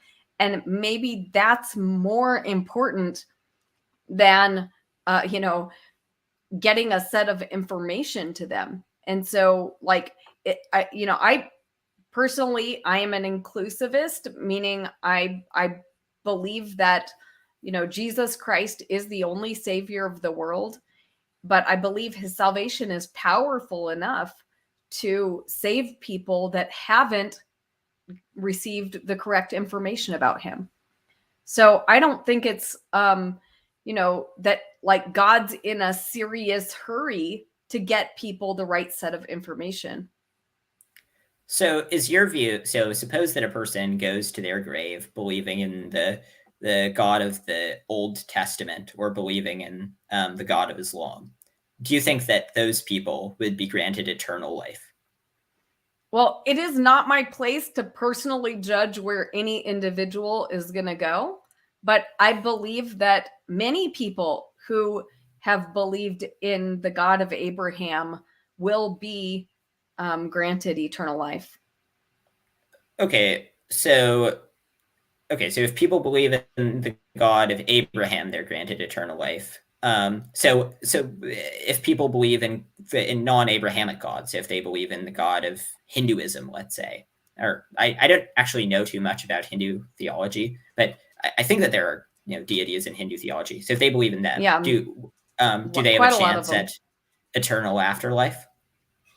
I believe that Jesus is powerful enough to save everyone who wants to be saved, and that many people will be saved even though they don't have the correct information about Jesus. I cannot speak about individual people or, make a judgment about whether, a Hindu has the, that's worshiping a false god is going to be saved. I don't know. But what I do know is that God is love, that God loves all people, that he desires to save all people, and that Jesus's salvation is more powerful than Adam and Eve's sin. And so Adam and Eve's sin affected all people. Even if people haven't heard the story of Adam and Eve, they are still affected by Adam and Eve's sin. And if Jesus's salvation is more powerful than that, then it has to be able to affect people who have not even heard the right information about him. And I think there's biblical support for what I'm saying. There's a parable in the New Testament in the book of Matthew where Jesus talks about how he's going to gather all the nations together, and he's going to separate them as sheep from goats. And he's going to welcome the sheep into his kingdom. And the sheep are surprised when they get welcomed into his kingdom. And Jesus said, "Welcome into my kingdom, because when I was hungry, you fed me. When I was thirsty, you gave me something to drink. When I was a stranger, you invited me in." And the sheep said, "But Lord, when did we do this for you?" And he said, whenever you did this to the least of these, my brethren, you did this for me. So this is showing Jesus's care for the poor, and those who are loving other people, serving them and caring for them are truly showing whose side they're really on. And so, I think there will be a lot of people that will be surprised to find out that it was Jesus that they were serving. Okay, well, so that seems to be good news for Hindus and Muslims, but for us atheists who don't believe in any gods, does your view, well, to the extent that your view entails the possibility of salvation for us, then I think that would be a perfectly fine rejoinder to the problem of divine hiddenness, or the problem of inconsistent revelation. Because if we still have the opportunity to get into heaven, but so do you think that us atheists have the ability to get into heaven, assuming that we go to our grave believing that there is no God? Well, I have great hope for you, Matthew. Yes, I do. Well, no, so the question is, assuming that I don't change my mind and I go to my grave believing that there is no God, which, unless pretty significant changes in my psychology happen, seems to be what's going to happen, or unless spectacular new evidence surfaces. Do you think that atheists have the ability to go to heaven if they're atheists when they die? I think, like I said, I have hope for all people, but now you're asking me to specifically speak about the destiny of individual people like you. And this is what I would say, Matthew. I have great hope that in your present condition, that if you went to your grave today, I still have great hope for you, because I know how much God loves you. And I know that there's no better hands to be in than God's. So I trust God with you.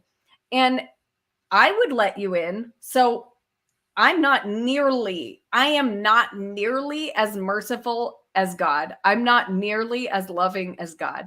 So that gives me great hope that my loving God would let you in. However, I will say it's much better to be absolutely certain. And, I'm telling you about Jesus Christ, his love for you and his salvation. You haven't read his story. And I hope you'll do that. And then, have complete assurance rather than just a question, have complete assurance of where you're going. And so, yeah, that's my Well, answer. I mean, sure. I mean, I guess if you're unwilling to take a stance on whether or not atheists can go in, I mean, the purpose of the question was not, I think that almost certainly the God that you believe in doesn't exist, right? So, I'm not really holding out hope for after I die being led in by your God. Though, I mean, if it did happen, that would be nice. But the reason I asked was just because that seemed to be sort of a reply to the argument from divine hiddenness. But to the extent that you accept that it is better for people to know God, that it increases the odds that they get into heaven, and that it makes it so that the world is better, then I still think that there's not a good explanation of why God would not make his existence obvious to atheists and to people who don't believe in him. Yeah. Well, I'm okay with the mystery, and I'm also okay with God revealing himself slowly to not to everyone. I don't think God he has ways of revealing himself to people. Everyone's on a spiritual journey, and sometimes that journey, I mean, for all of us, it's our entire lives. I mean, I'm still on a spiritual journey of knowing God more. There's things that I've discovered God. It's not like I came to know God and then I knew everything about God. No, my understanding of God has changed as I've got to know him more. So where Travis said something, and I want to put it up here. He said Rebecca is anti-biblical, basically. And you know what? I very much contest this, Travis. I think I'm very biblical, and I'm ready to back up everything that I'm saying with the Bible. So let's do a stream about that. Yeah, so I mean, we got slightly sidetracked, but Okay. where this sort of which I mean, I think it was a reasonable topic to discuss, but it sort of arose out of discussing. So you mentioned that you think you have personal experience with God, but to the extent that we can provide a perfectly adequate scientific account of how you have personal experiences of God that don't require invoking God existing in the first place, then it seems like you having a personal experience with God is not even any more predicted on the hypothesis of God existing than on the hypothesis of God not existing. Well, what kind of experiences? Because, like you're saying, we can scientifically explain experiences with God, but people have a variety of experiences. So, are you saying that all experiences can be scientifically explained? I mean, yeah, it seems like we have a general template for explaining theistic experience that does not require invoking that there's actually a God that exists. And so, perhaps the individual contours of their experience, have to do with complex psychological facts about them. We have a general explanation of why there are religious experiences. But it seems like even if we're just considering the phenomena of religious experience, it seems like both based on the fact that God doesn't reveal himself to so many people, even people who diligently seek, and based on the fact that God provides inconsistent revelations to people, that even if we consider the phenomena of only religious experience, that's better explained under atheism. And this is sort of why I'm so confident in atheism. I think that if we look at nearly any phenomena that exists in the world, I mean, I think that there are a few things that we would expect more under God existing than under God not existing. But nearly everything that exists is more plausible under atheism than under theism. Okay. So is that kind of a good final point to end on, or did you have more that you want to share? Well, one last point that I'd be interested in discussing would be the moral argument for God, because I saw the conversation with Lance. I had my own conversation with Lance about whether or not morality is objective. But I think that I'd be interested in discussing the moral argument for God. So So the reason why, so I don't think that the moral argument for God works for a couple of reasons. The first one is Euthyphro's dilemma. So the question is it good because God says so? Or does God say so because it's good independently? If it's good merely because God says so, then God could declare anything, and that thing would automatically be good. If it's good independent of God, then God is not needed for good. So which of those would you say is true? Or would you say a third option is true? I'm going to guess you're going to go with the third option. And I'm going to guess that third option is going to be God's character. Well, I'm going to say it's both because of God's nature and because and like, so what God tells us to do flows from his nature. Okay, sure. So it's a question of God's nature. So then the question is it good because it corresponds with God's nature, or does it correspond with God's nature because it's good? Okay, wait, I'm sorry. I missed that. So the question is it good because it corresponds with God's nature, or does it correspond with God's nature because it's good? If you say that it's good because it corresponds with God's nature, then God's nature could be completely different. God's nature could be hateful and spiteful, and then it would be objectively good to have hate and spite. But if you say that it's good that it's good independently of God's nature, that it would be impossible for God's nature to be both good and hateful, then that means that it's some necessary truth that exists outside of God. Yeah, I would say that it comes from God's nature, like what is good. And I'm okay with saying, okay, then what is objectively good, if God were, like would change based on what God is, his nature is. So I'm okay with that. So if God's nature was different, such that God's nature made him completely fine with just torturing infants, just bringing about maximal misery for infants, not for any greater purpose. It's not like, that the torture for infants is necessary for some greater purpose, but just misery for its own sake. If God's nature was such that he was in favor of that, you would say that it would be objectively good to torture infants as much as possible. I'm saying you wouldn't know the difference. Like if you were like, if that truly was God's nature, then you would truly think torturing infants was good. But because that is not God's nature, that is how you know torturing infants is not good. It's because of what is instilled in you, because God's nature is not like that.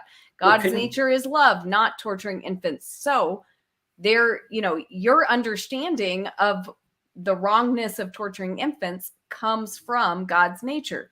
So, but if God's nature was to torture infants, then you would think torturing infants was great. Well, what if God's nature were also deceitful? So God's nature was such that A, torturing infants was good, and B, it's good to deceive people into believing that torturing infants is in fact bad. That in that case, so it seems like it could be perfectly fine that we still feel this intuitive revulsion to killing infants, and that this is not changing any of the facts about killing infants. It's just changing the facts about what the being who created the universe, allegedly, what their nature's reaction to it is. And so I think that the problem with this account is that it incorrectly locates what's bad about torturing infants, right? When we see, when we hear stories about sadistic serial killers torturing and killing people, what's bad about that is not that it went against the character of God's nature. And even if we had good information that God's nature was hugely in favor of serial killers, it would still be bad because of sort of facts that cannot be changed by God. Much like God cannot change logical or mathematical facts, I think God can also not change moral facts that exist independently of God's nature. So I guess I would pose the question to you. So suppose that we had exactly the same reaction to torturing infants as we do today, and that God's nature were deceitful, such that God wanted to trick us into thinking that it's bad to kill infants. Then if that were the case, would it be objectively good to torture infants for fun? Matthew, if that was truly God's nature to deceive you, then we would all be totally screwed. So this whole thing would be completely pointless. So, if God's nature is to deceive us, trick us, get us to torture infants, then there's no limit to the kind of mess that we would be in. So, Well, so if God spoke to you and God said, and you knew with certainty that it was God, and God said, find a child nearest to you and kill them in as painful a way as you can figure out. Do you think that it would be objectively good to do that? If I was 100% sure that it was God speaking. Okay. And just to add, God says, so God goes on this lengthy monologue where he says, note, there's no extra, this is not bringing about some other desirable state of affairs. It's not like you torturing this infant will be necessary for some greater good. I literally just, turns out I love it when infants are tortured. You still think it would be objectively good to torture infants? That it would be objectively the case that you should torture infants? Okay. No, but the reason is because that the reason that I would not think it was okay is because of the nature that God has already put in me, which is a mirror of his nature. So I don't think I can divorce the way my thinking about good from God's nature.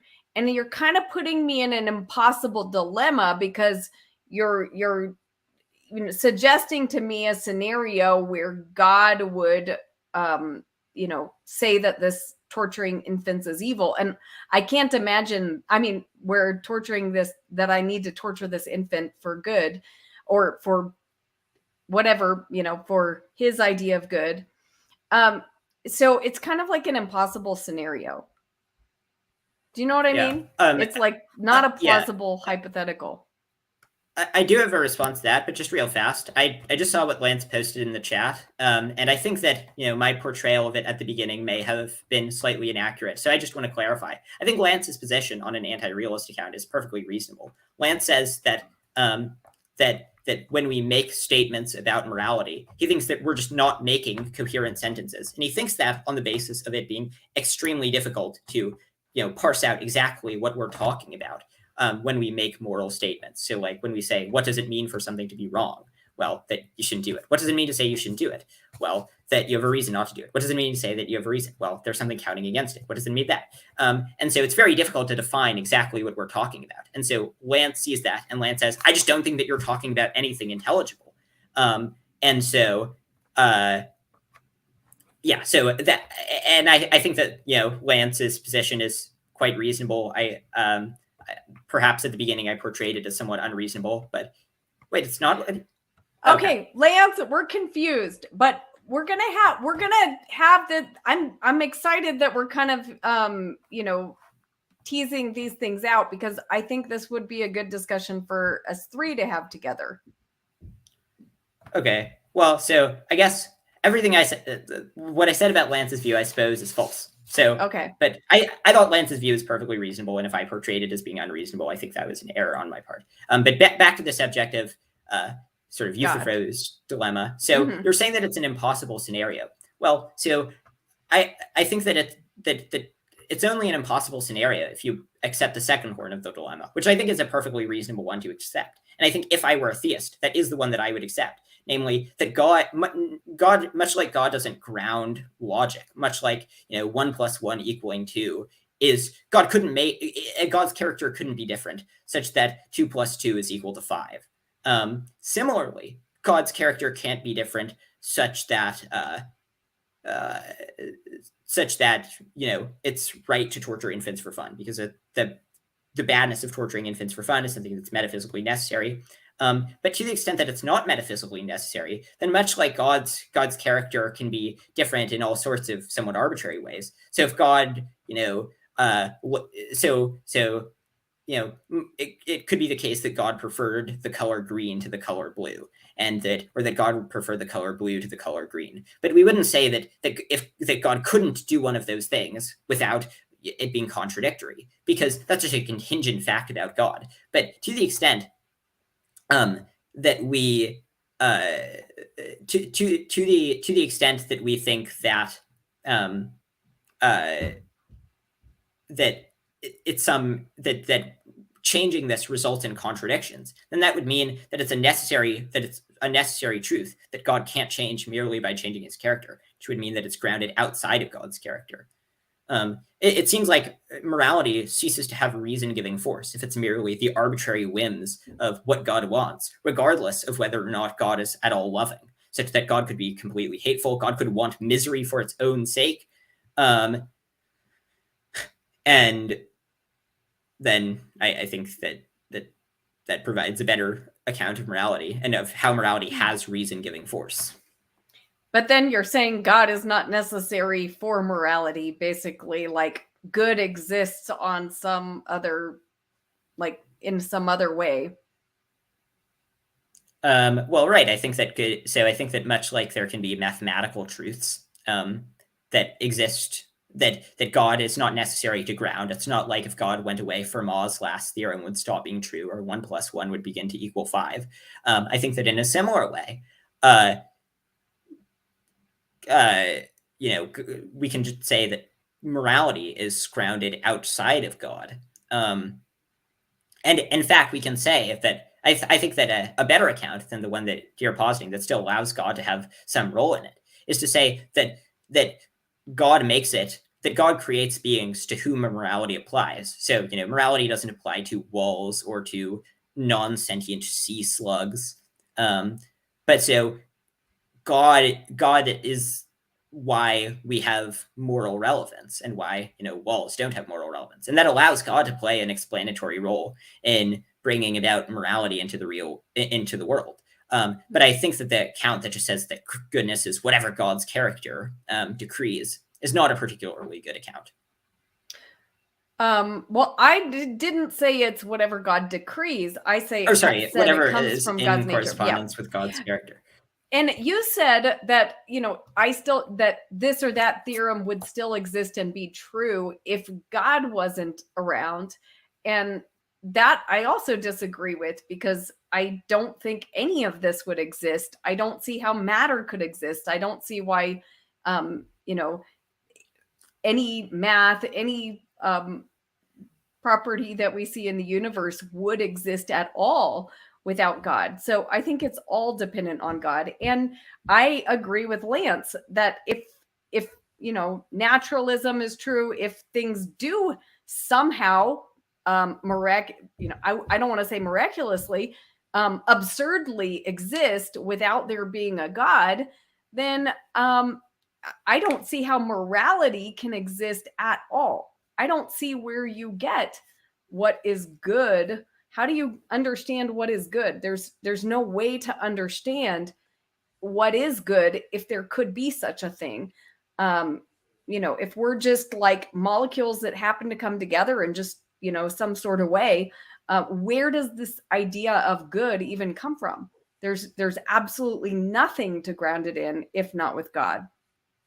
Well, so I think that there are a variety of plausible accounts of how good is grounded. I think that ultimately good is grounded in reasons. So a reason has the substantive property of counting in favor of whatever it's a reason for, much like we can have reasons for our beliefs, such that if we're rational and reflect, we can form beliefs that we have reasons to believe. So presumably, if we're rational and reflect, we'll conclude that the earth is round because we have a reason to believe that the earth is round. We can similarly have reasons to care about certain things. So if I have reasons for chopping people up, is that fine? Is that moral? Is that good? Well, so it would have to be the case that the balance of reasons favors counting things up. So much like you can have a weak reason to believe something, but a much stronger reason not to believe that thing, such that it would be in total irrational to believe that thing. You might have one very weak reason, such that you think it would be fun to chop people up, but the fact that it would cause immense suffering to chop people up means that on net, the sort of totality of reasons favors not chopping people up. And so I think that these concept of reasons explains how we can be acting in accordance with our desires, but it can be irrational to act in accordance with our desires. So, it could be the case. So there was the example that the philosopher Derek Parfit, who's one of my favorite philosophers, gave, which is a person with future Tuesday indifference. So suppose that there is a person who is indifferent to their suffering on future Tuesdays. So, they would rather experience infinite torture on Tuesday than a pinprick on Monday. It seems like it would, to the extent, it's not the case that they don't experience the pain on Tuesday. They just are apathetic to their pain merely by virtue of it being a Tuesday. So if that's so I think that that person, even though they're acting in accordance with their desires, is being irrational, because we can have reasons to care about things that are independent of our desires. Similarly, if there was a consistent anorexic, this is another example that I think Scanlon gave, whose desire to be thin outweighed their desire to avoid starving to death. I think that person would be acting irrationally, even though they're acting in accordance with their desires. So I think we have reasons to care about things that exist independently of our desires. And I think that morality can be grounded in those reasons. And I think that those reasons can be like mathematical facts, in that, why does 1 + 1 = 2? Well, it just does. That's just sort of a necessary fact. Much like, yeah. Matthew, what if 80% of the world's population did not care about human suffering? So they had no reason to avoid human suffering. And that 80% enjoyed chopping people up.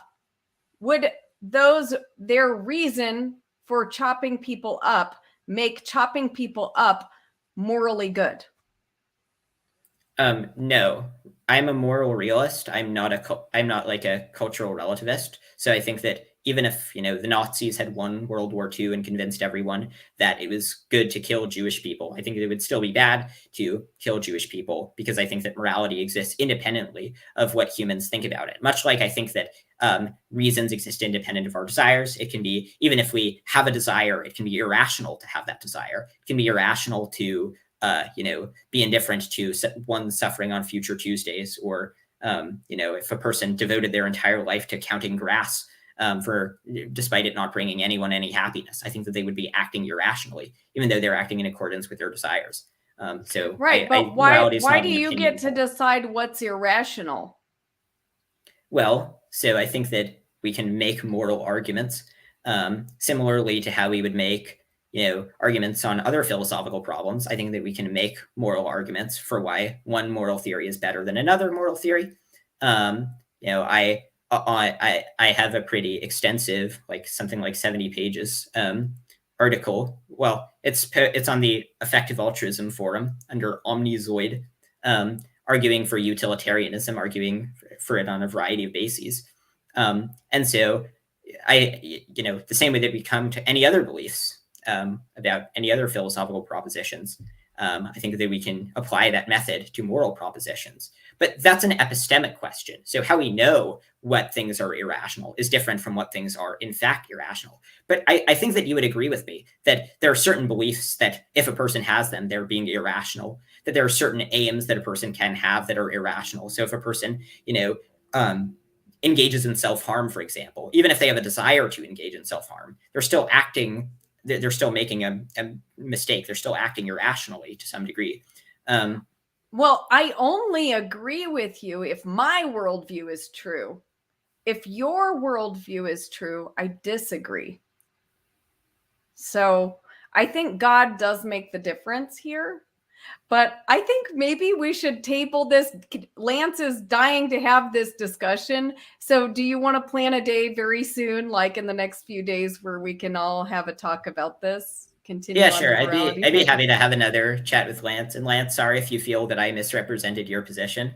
But yeah, I think your position is pretty reasonable, and I enjoyed our discussion. Cool. Well, I've enjoyed this discussion, Matthew. Did you get to sufficiently share your arguments against God, or do you have any others that you wanted to present? Yeah, there are some more that I have, but they would. I have time if you want to keep going. Okay, so or one we argument. Can do a part 2. It's up to you. Either way would work for me. You can keep going if you want. Yeah, so one other argument, well, I guess this argument wouldn't be particularly persuasive to you, but to people who believe in evolution, I think that evolution provides a pretty good argument against God, given that, evolution is an extremely inefficient, evolution is an extremely inefficient way of bringing about species, given that 99% of species who have ever existed died. So it would be analogous to designing a bridge by throwing together bridge designs at random until some bridge designs work better and better until eventually you get a bridge over the course of billions of years. But so that doesn't seem like a very good mechanism that for God to employ. And so if there were God, I don't know why God would employ a fairly inefficient mechanism like evolution in order to bring about beings. But that's just going to rest on whether or not you believe in evolution. So that argument wouldn't be particularly persuasive for you. Another argument would be what I call the problem of maximization. It's somewhat similar to the problem of evil, but it's somewhat different. So it's just that whatever God's goals are, God's omnipotent. So you would expect God to maximally actualize God's goals. But if you look at any conceivable list of things that could be God's goals, they don't seem to be maximally actualized. So for example, if you say that God's goals are to, that one of God's main goals is to have a relationship with as many people as possible. Well, one good way of having a relationship with as many people as possible is by making it so that more people existed. If God made it so that the population of beings that existed were significantly larger, that would be one way of doing it. Another way of doing it would be that another way of doing it would be by making it so that every person is provided with enough evidence to conclude that God exists. And so just whatever God's goals are would be maximally actualized. So this doesn't rely on supposing that God is perfectly good. This is also a perfectly general objection against any omnipotent being with well-defined goals. So let's say that there was a God whose goals were to maximize the number of paperclips that existed. Well, if that God were making a world, that world would just be filled with paperclips. And so the fact that the world is not filled with paperclips is a pretty good argument against that God. But so the fact that whatever God's goals are not maximally actualized is inconsistent with there being a God who wants to maximally actualize their goals. And so that would be another argument against God. Okay. There are some more arguments I have against. One other argument against God. If there were God, I think that you would expect mind-body dualism to be the case. It seems sort of a strange design that our minds are wholly reliant on our bodies, such that people become more violent, for example, when they're exposed to lead in the water. How people act is greatly influenced by a variety of factors, including just whether they've had their cup of coffee in the morning. And so if there were God and that God is sort of judging us based on the choices that we make in life, it seems very strange for that God to make the choices that we make in life be influenced by arbitrary physical conditions, like whether there's lead in our water, such that there are a vast number of people who do horrible things, who presumably would not have done the horrible things if it weren't for physical conditions that were somewhat outside of their control. Now, this isn't to say that their actions are fully outside of their control. It's just to say that if there were a God, then you would expect it to be the case that minds are not, that minds and bodies would be independent. And so the fact that minds and bodies are not independent seems to be a good argument against God. And note, none of these things are certain, and I accept that I'm a fallible human, and so for any phenomena, for any inference that I make about what God would do, it's always possible that I'm wrong. But when we reason about whether or not there is a God that exists, it's very easy to have hindsight bias and to say, of course, God would have done it this way. But I think that what we should look at is, so what world would you expect if there were a God versus the world that you would expect if there were not a God? So if you and I were just having this discussion before seeing the world, and you were guessing what a world would look like with a God, I think that we would guess that the world would be much better than it is. We would guess that the amount of well-being in the world would clearly be positive. And so then if we look around at the world and see that the world is considerably worse than what we would expect it to be, and that it has all these features that we would find to be extremely a priori implausible if there were a God, then that seems like the way to reason against God, because all the evidence for God is just saying that if there were a God, you would expect this to happen. So the fact that this happens is evidence for God. If there were a God, you would expect things to exist. You would expect fine tuning, etc. And so if it's fair game for you to say God is the best explanation of X, I think it's equally fair game to say God is a terrible explanation of this, and that this would be extremely implausible if God existed. So the fact that it exists is good evidence against God. There are a few more arguments that I have, but I'm having trouble thinking of them right now. So okay, well, then that's a good place to end. Thank you for sharing all of your reasons, or most of your reasons, and it's been a really fun discussion. I have loved this. Yeah, I enjoyed it too. Thank you. And so for those who weren't here at the beginning, Matthew has a channel, Deliberation Under Ideal Conditions. The link is in the description. And so, all of you atheists that have been chatting, please, go get some good atheist stuff on his channel. And thanks everyone for being here. And thanks for being part of the conversation in the chat. It really is fun to have kind of a group conversation. And so I've appreciated all of your comments. And I'd love to talk again, Matthew. Let's do the morality conversation and any others if you want to do it again. Yeah, thanks so much for having me. I appreciate this conversation. Yeah, thanks. Bye, everyone.